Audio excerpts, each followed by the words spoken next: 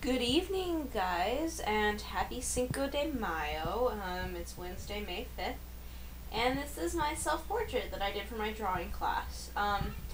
It's me, well, it's supposed to be a portrait of me sitting not so pretty in a chair, in a pretty chair, and above it are, like, pictures of someone getting me ready for, like, a self-portrait. So, like, putting the necklace on, putting clip-on earrings, clearly, and yeah.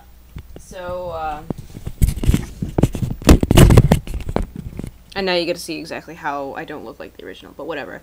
And so that was my final art project that I finished in like 2 hours yesterday.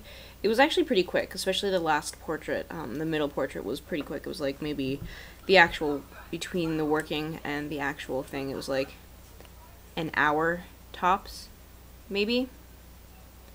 I don't know. But yeah, so it was fun, and my professor really liked it, so even though I was also the last to present slash get critiqued, so yeah, my professor also like didn't spend a lot of time talking about it, which is funny, because he does the exact same thing. He like talks for like 30 minutes on like the first one and then stops talking on the other ones, and like he was like, so explain us your piece, and I like was like, yeah, so it's because I never take myself seriously, and so this is what would happen if I had to do a portrait and that kind of stuff. And then he's like, that was way too quickly. That was done way too quickly. You need to like expand upon yourself a little bit, because that was like a haiku. And I was like, it's a piece of art. Do you really need to like write an essay to explain it? No, I don't think so. Exactly. So, so what else did I have to say? Johanna, did you pronounce Charlotte, or was I just like hallucinating? Because either way, not correct. And no, I will not eat bunnies.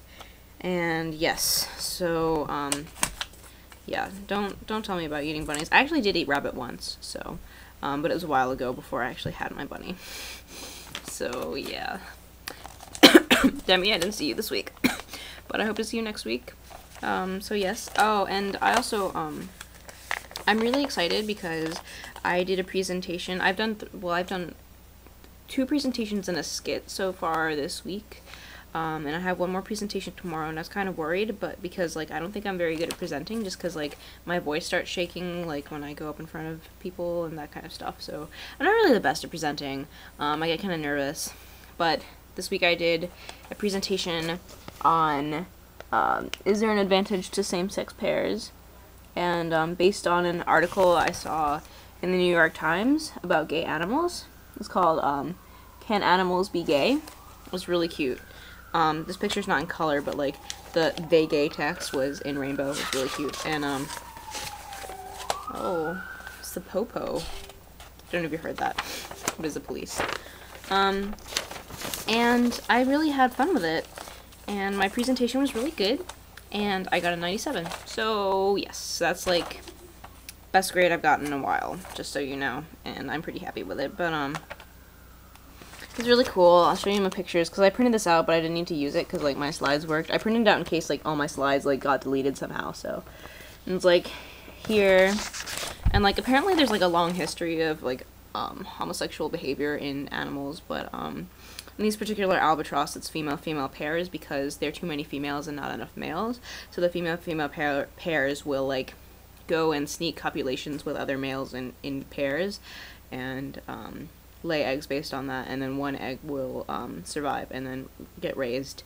And because albatross tend to mate for life, so they're socially monogamous, and it's really interesting. I think if you were in, Demi will know this, I think in Miss Hinson's bio class, she did the albatross mating ritual, so this is that. And they, like, so what happened was researchers kept finding 2 eggs in one nest, and they were like, oh, that's weird. Maybe they're, like, weird birds that do that, or maybe another bird just laid the egg in there accidentally. But it turns out that it was mostly because of 2 females in a pair, which they totally thought were male and female, because they were exhibiting the behaviors of a mated pair, which you would assume were male and female. But it turns out female-female pairs are actually less successful reproductively than male-female pairs, just because I guess they have more problems with hatching chicks.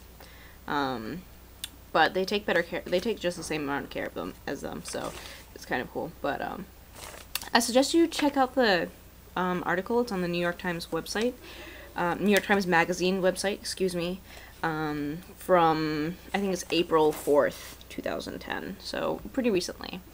The actual article it was based on, the like scientific article it was based on, was from like 2008, but it's still a pretty cool article, and that's really all I have to say because I think I've gone over time again.